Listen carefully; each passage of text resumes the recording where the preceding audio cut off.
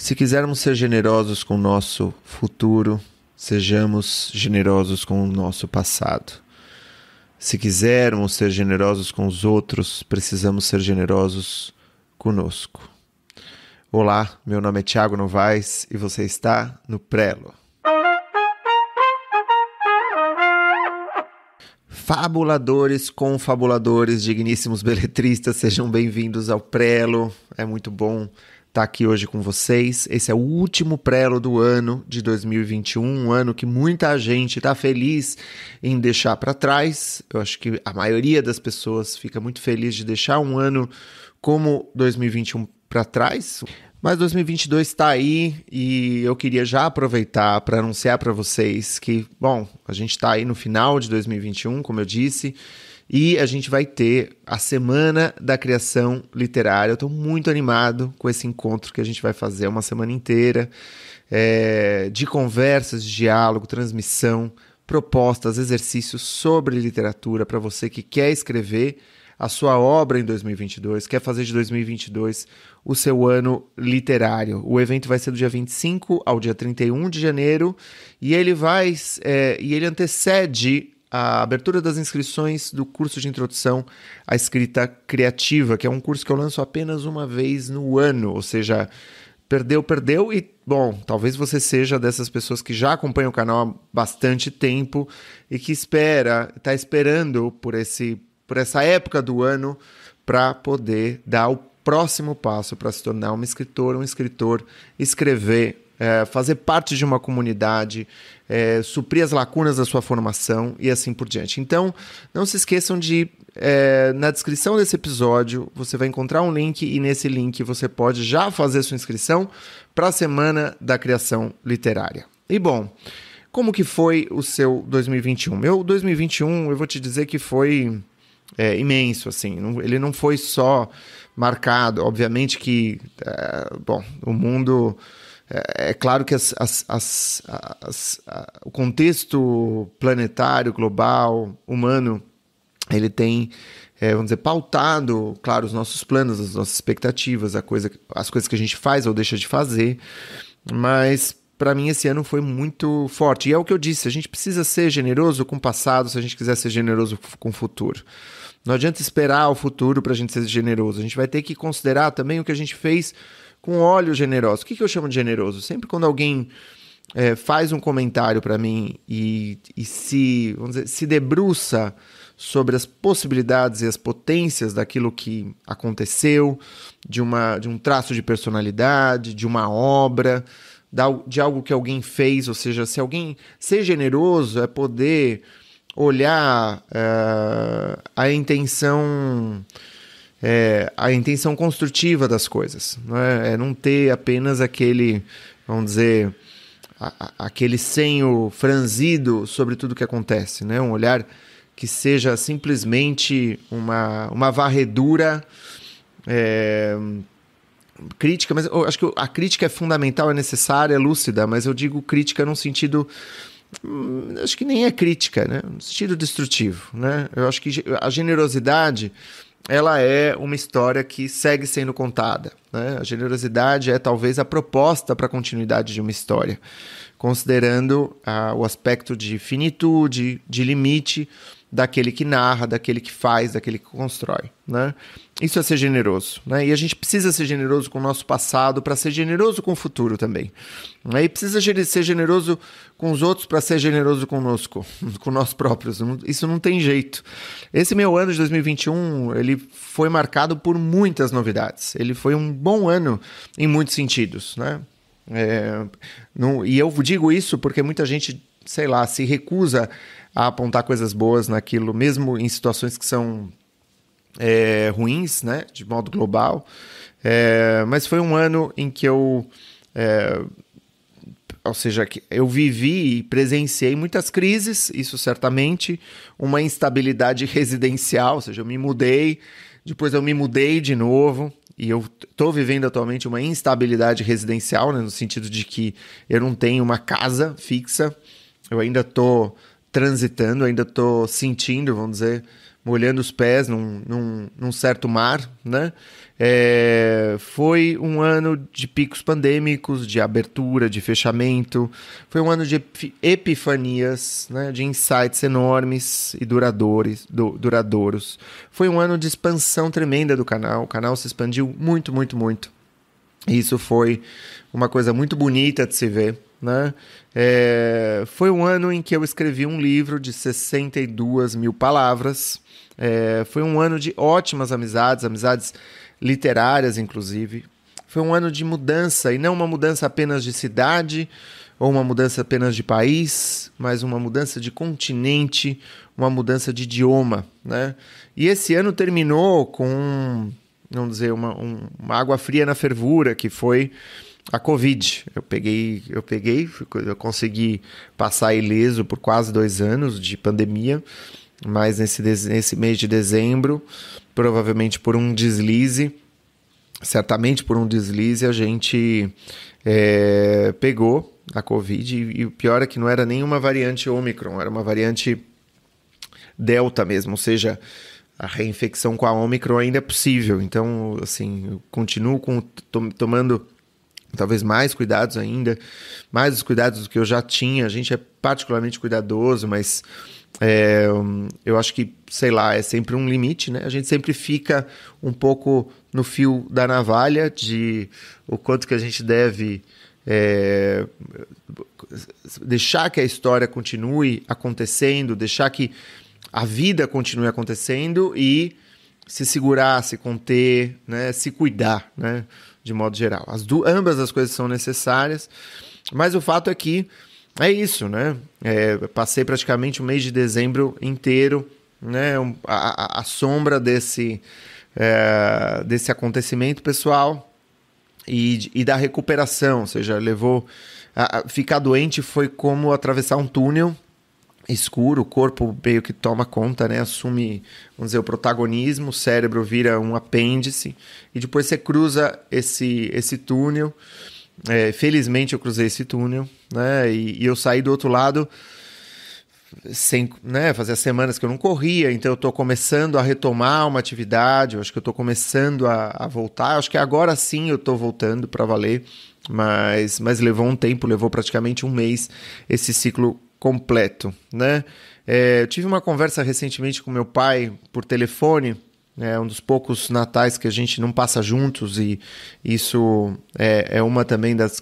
sei, eu senti meu pai um pouco melancólico e tal, e ele falou para mim outro dia assim, pô, eu não confio, pô, a ciência não sabe o que está fazendo, os cientistas não sabem o que estão fazendo, agora esse Ômicron, a gente achou que a vacina ia resolver tudo, e eles não sabem o que eles estão fazendo, a gente está perdido e tal. E esse comentário do meu pai que eu escutei, né? Eu acho que muitas vezes nos resta escutar, não simplesmente tapar ali a desesperança com a esperança. Eu acho que às vezes a gente tem que escutar mesmo e sentir o pesar e reconhecer o pesar. Praticamente no dia seguinte eu li uma matéria no jornal espanhol El País, uma matéria que dizia praticamente a mesma coisa, né? Que a sociedade estava muito desiludida, que a sociedade não sabia o que almejar, que, enfim, a coisa não está pegando no Brasil, mas na Europa, onde eu estou agora, na Espanha, as pessoas voltaram a passar o Natal isolados muitas vezes, né? Teve um surto a gente acha que é Ômicron, né? Dessa variante muito transmissiva, e a verdade é que está todo mundo doente aqui, bom, no Brasil também por conta da gripe, inclusive. Ou seja, isso tudo, vamos dizer que é um choque, né? É um baque, quando a gente acha que vai cruzar, né? Superar alguma coisa que tem, vamos dizer, paralisado a gente parcialmente nos últimos 2 anos, e a gente vê que a solução não é tão simples, ela não é tão tangível como a gente imaginava. Eu acho que a melancolia, ela vem. É interessante que as variantes mais perigosas sejam caracterizadas por letras gregas, né? E não apenas letras gregas, né? As letras de um alfabeto que é um alfabeto que não tá, que não é ele não é utilizado, né? de uma forma, ou seja, ele é uma letra, é um alfabeto que é um alfabeto quase conceitual, né, para outros países além da Grécia.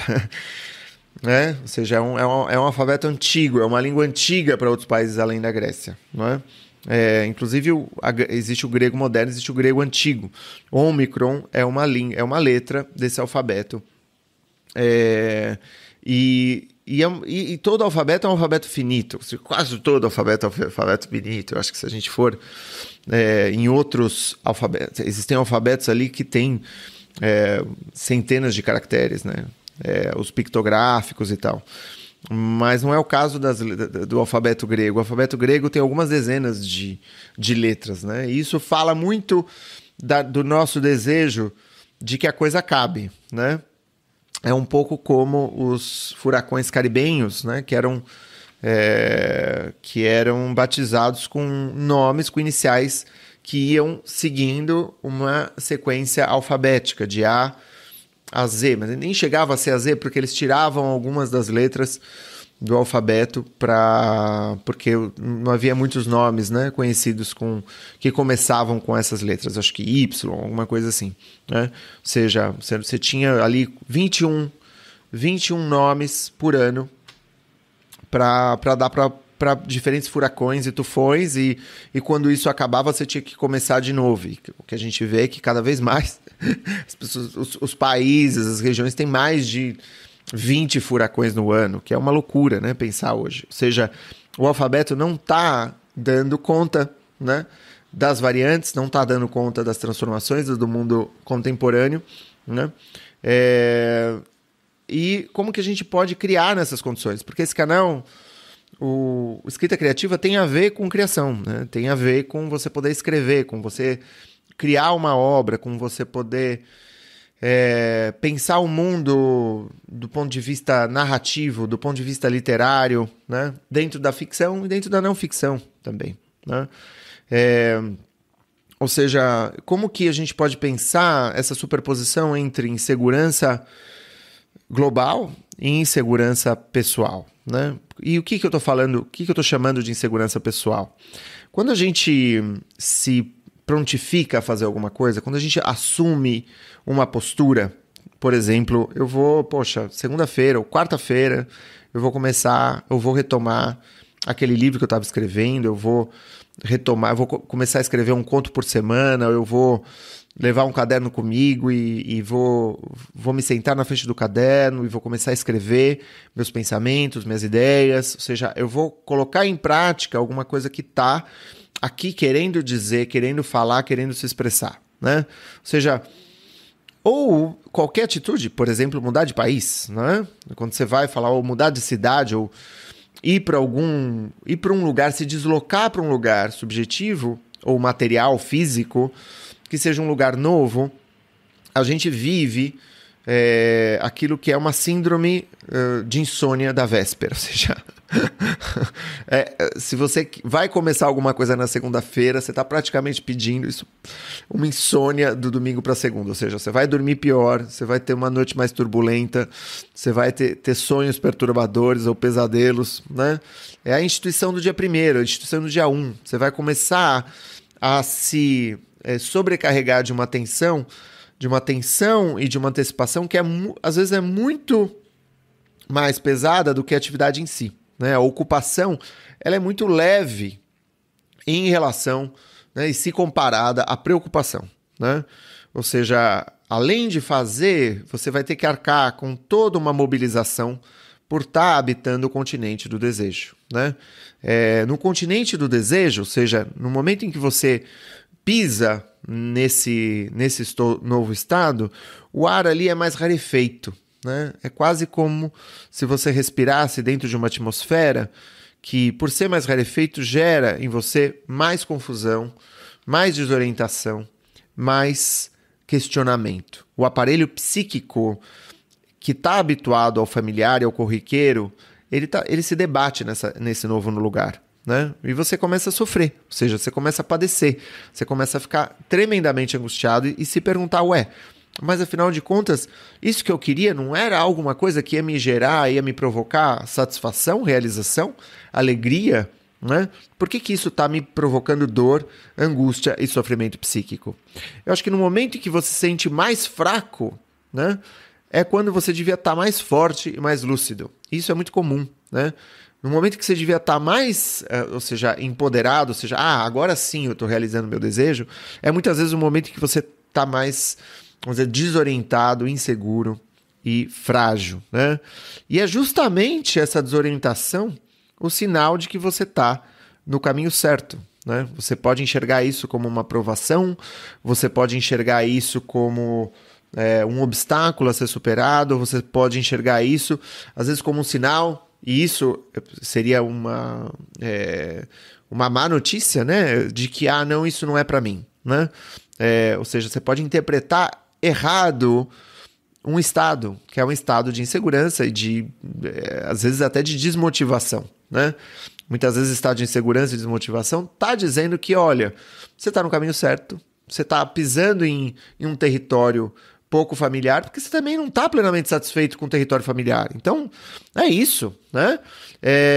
A questão é do que você precisa nesse momento, na maioria das vezes. Você precisa se amarrar ao mastro, né? Você precisa, porque você está prestes a ouvir, porque eu acho que assim, esse apelo da insegurança, da fragilidade, é o canto das sereias, né? É um canto muito sedutor, porque as sereias, elas querem te oferecer um retorno para o passado, né? Elas querem te oferecer um colo, um carinho, né? Um retorno, por exemplo, para um lugar muitas vezes infantil, para um lugar excessivamente familiar, onde você se conhece ali, onde você está habituado àquilo. Mas não é um lugar extremamente positivo, porque é um lugar onde você vai ser devorado. As sereias, no mito grego, elas têm dentes muito, muito afiadas. Elas vão te devorar, né?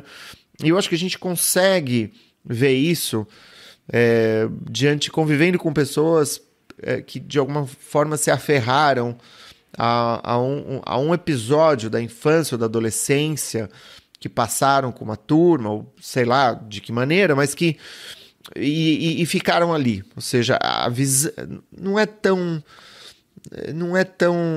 bonita essa visão, né? De ver alguém que ficou no passado, de ver alguém que se recusa de toda maneira a crescer, ou seja, ela não sai do quarto dela, ela não sai de uma condição específica de infância, de adolescência, que por um motivo ou outro lhe pareceu mais cômodo, lhe pareceu mais seguro, e tudo que se seguiu a isso era assustador demais para enfrentar, né? Ou seja, as sereias, elas vão te devorar. Então, por isso, você não deve abandonar o barco. Você tem que continuar no barco. Aquilo que você se propôs inicialmente, você vai dormir pior às vezes, você vai ter a síndrome da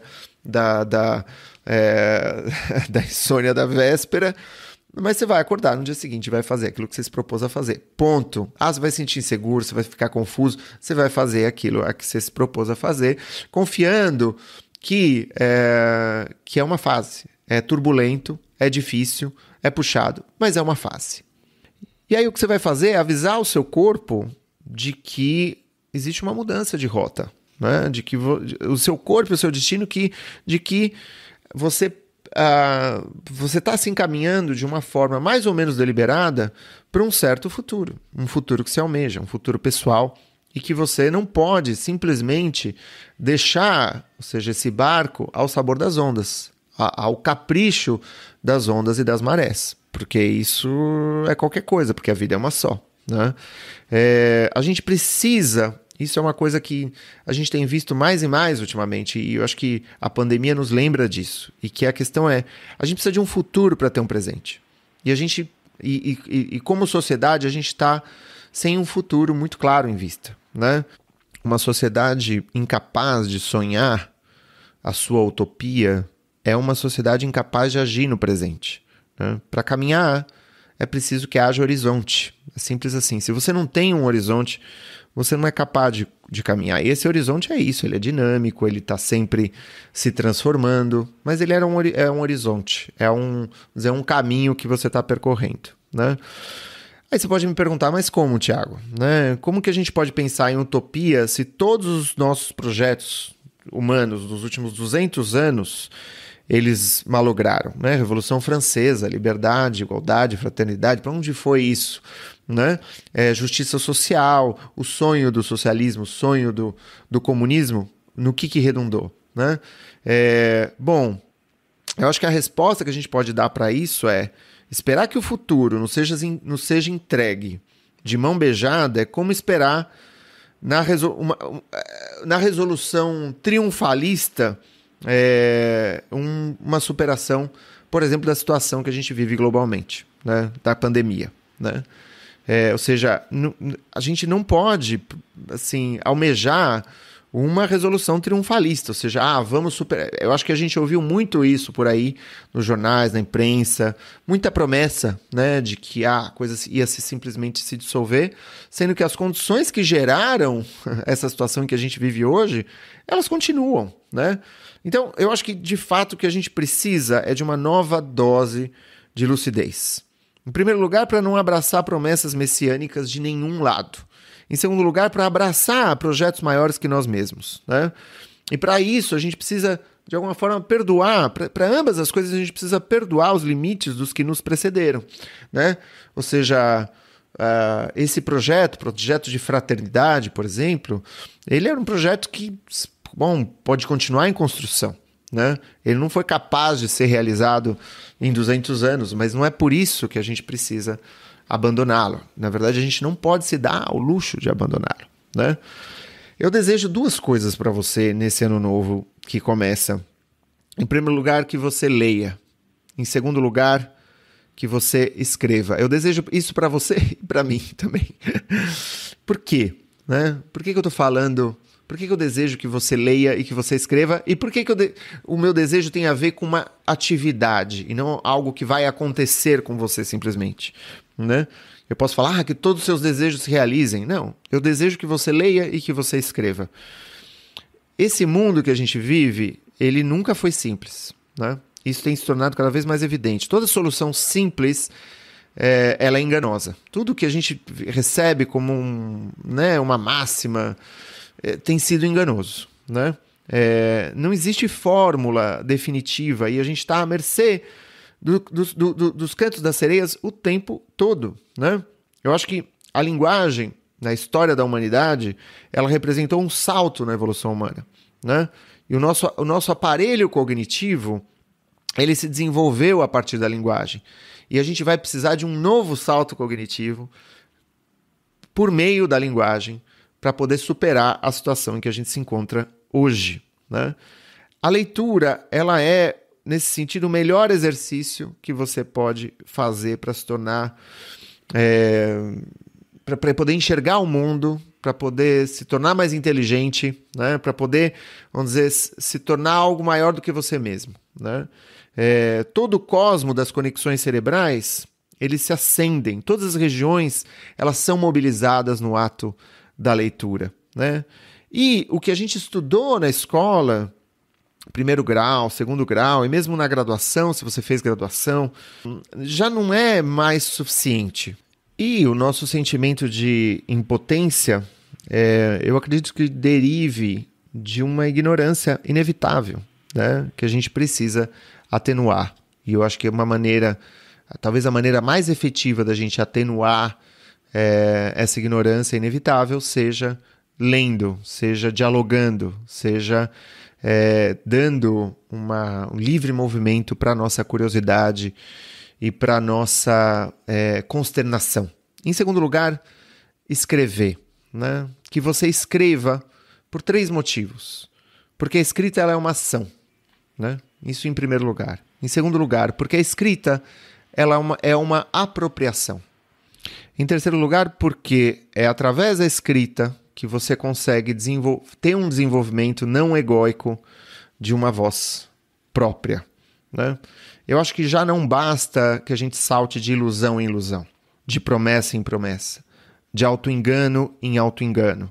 Né? E já não basta que a gente fique, vamos dizer, consumindo os produtos de uma indústria da inércia, ou uma indústria da consolação, ou uma indústria do, é isso aí, então a gente só deve aceitar a vida como ela está, ou a gente só nos cabe criticar, vamos dizer, as utopias malogradas do passado, né? E a inevitabilidade do futuro. né? A gente não pode se dar mais... A gente não pode se dar ao luxo, nunca pôde se dar ao luxo de ficar quietinho, esperando que tudo o que há de ruim no mundo passe. É isso aí, pessoal. Eu desejo a vocês um excelente 2022, um 2022 surpreendentemente bom. E fica mais uma vez o convite para que vocês participem da Semana da Criação Literária entre os dias 25 e 31 de janeiro, que vão se antecipar as inscrições sempre por curtíssimos dias, né, por um tempo muito limitado, do curso de Introdução à Escrita Criativa. Um abraço forte e a gente se vê no Dobrar da Esquina. Até mais. Tchau!